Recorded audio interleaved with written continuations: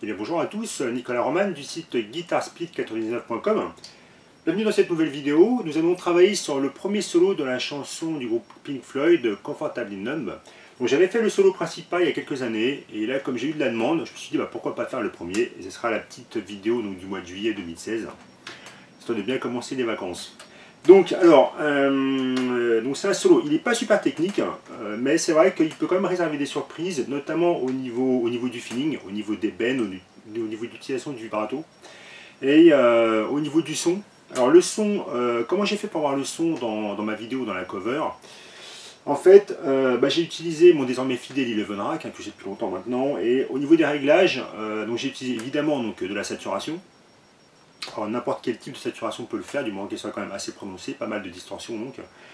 J'ai utilisé, histoire de spatialiser le son, du stéréo chorus, du délai également stéréo, avec une petite réponse droite-gauche au niveau de l'espace stéréo, et j'ai également utilisé de la reverb.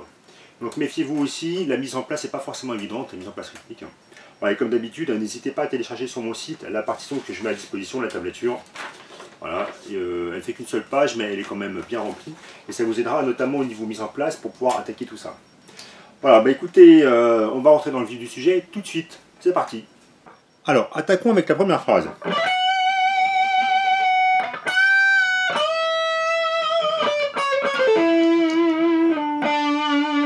Alors, comment est-ce qu'on va faire sonner ça? Vous voyez qu'on va démarrer.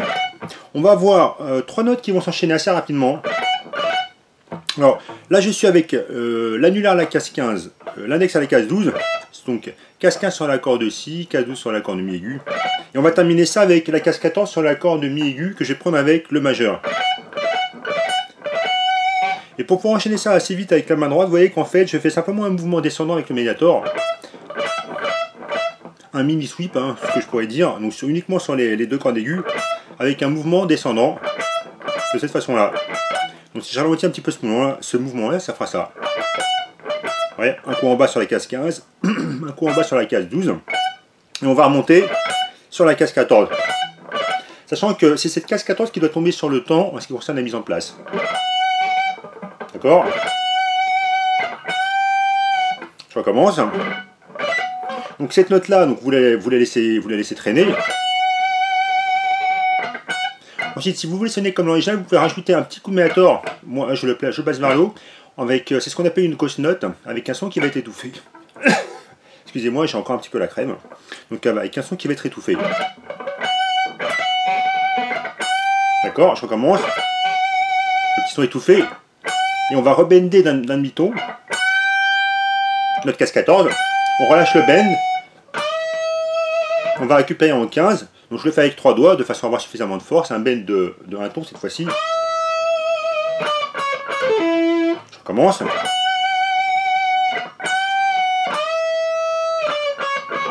Donc sur ce mouvement-là, c'est pareil pour aller assez vite. Je vais avoir un mouvement de médiator vers le haut. Donc je fais ça avec l'index de façon à ce qu'il n'y ait pas trop de mélange au niveau des notes à la case 14 sur l'accord de Sol et l'accord de Ré. Donc je recommence depuis le départ cette phrase.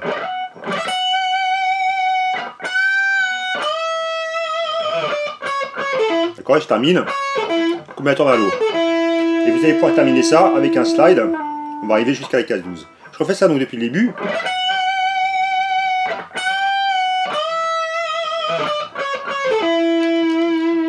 Ici vous pouvez placer un petit peu de vibrato au niveau de la main droite. Et vous slidez. Voilà, donc ça c'est la première phrase. La deuxième phrase, elle va commencer quasiment de la même... de façon assez proche. On va démarrer avec un petit coup de... C'est comme ça qu'il le fait sonner également. Un petit coup de médiator sur l'accord de Si à vide.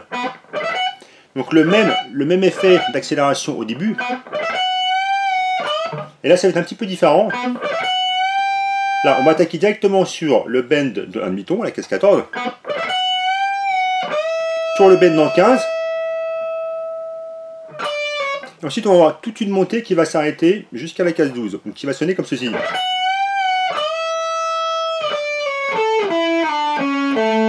D'accord, je recommence, je suis sur le bend, on relâche le bend, 14, un pull-off. Ensuite, vous avez vu qu'on a plusieurs notes à la case 14 sur des cordes adjacentes. Alors évitez de faire un barré comme ça, parce que vous allez avoir du mélange forcément, et c'est pas le son recherché par rapport à ce morceau. excusez-moi.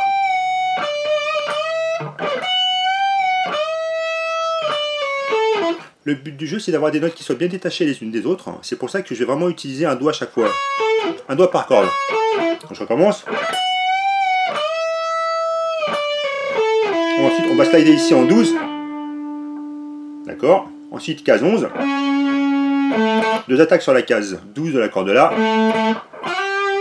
Et on va terminer ce passage-là avec un slide pour arriver jusqu'à la case 12 sur la corde sol. Donc je reprends cette phrase-là.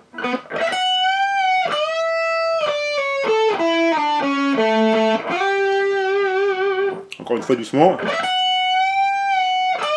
Je relâche le bend. Pull off en 14, 14, 14, le slide en 12, là je suis sur la corde ré. Case 11, deux attaques sur la corde là. On terminera avec un petit slide jusqu'à la barrette 12 sur la corde sol. Donc ça c'est la deuxième phrase. Ensuite on va venir descendre.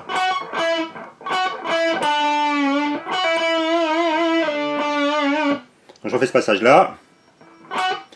Vous avez vu que la fin de la phrase précédente on a terminé le slide en 12. On va venir descendre donc 11, 9, 12 sur la corde ré. Là vous allez pouvoir baisser un petit peu la note d'un demi-ton. Ensuite, là je suis en 11, pull off en 9, vibrato, on slide en 7. D'accord. Ensuite petit passage rapide. Alors pour ce passage là, si vous voulez réussir à faire ce genre de passage à chaque fois, de façon à jamais vous louper, je vous conseille vraiment de travailler cette séquence là en boucle. Et d'accélérer progressivement.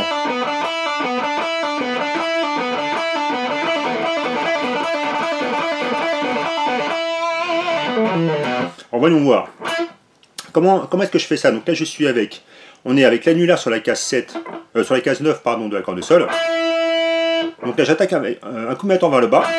Je fais un pull-off sur la case 7. Le pull-off est récupéré avec l'index. D'accord. 9, pull-off en 7. À nouveau un coup de main vers le bas sur la corde ré. En fait c'est une séquence à 4 notes. 1, 2, 3, 4. Donc je reprends. Un coup vers le bas sur la case 9. Un pull-off. Vous allez profiter du pull-off pour remonter votre médiator mais dans le vide. Donc vous remontez là sur le pull-off. Comme ça vous réattaquerez vers le bas un coup sur votre corde ré. Et vous terminez avec la corde sol. Case 7 avec cette fois-ci un coup de main vers le haut. Ce qui nous fera bas, pull-off, bas, haut, bas, pull-off, bas, haut, bas, pull-off, bas. Et vous allez tourner ça en boucle. Alors attention, le piège sur ce style de séquence, ça va être d'accélérer sur le pull-off. Il faut surtout pas que ça sonne comme ça.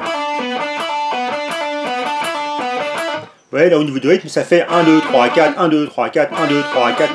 Méfiez-vous vraiment de ça, faites très attention. Le but du jeu, c'est vraiment d'avoir un son qui soit régulier. Il ne doit pas y avoir une note plus rapide que les autres. Il faut vraiment avoir un débit qui fasse 1, 2, 3, 4, 1, 2, 3, 4, 1, 2, 3, 4, 1, 2, 3, 4, 1, 2, 3, 4, 1, 2, 3, 4. Et ça, quelle que soit la vitesse à laquelle vous allez faire. 1, 2, 3, 4, 1, 2, 3, 4.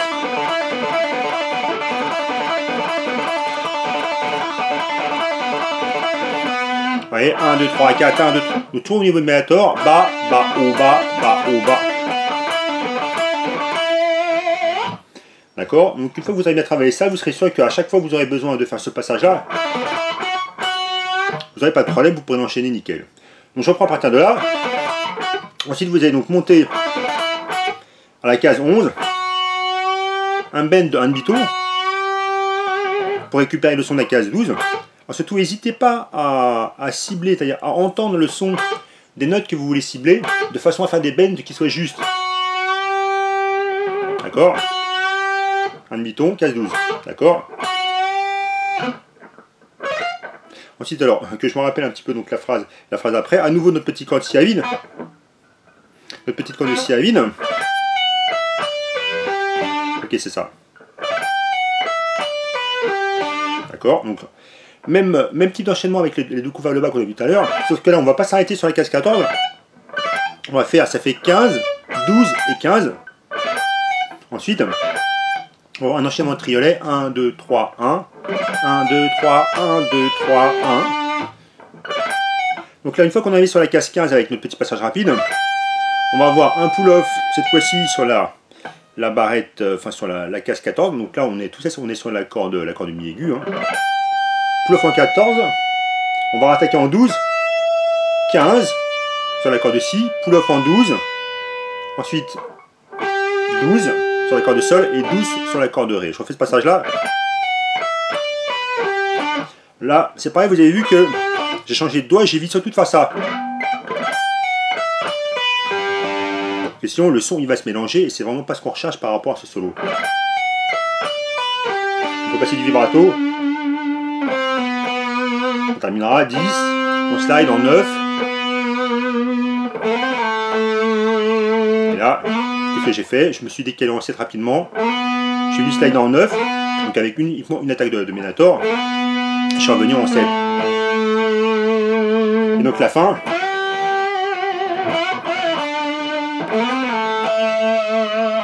Donc pour ce passage-là. Donc là on va avoir un bend qui est quand même assez costaud. On démarre sur la case 9 de l'accord de Sol, de façon à me bender, avoir le son de la case 12. D'accord? Ensuite, 2 bends successifs sur la case 9 encore. Mais cette fois-ci des bends de 1 ton, de façon à récupérer le son de la case 11. On terminera. Donc là on a un bend uniquement la montée.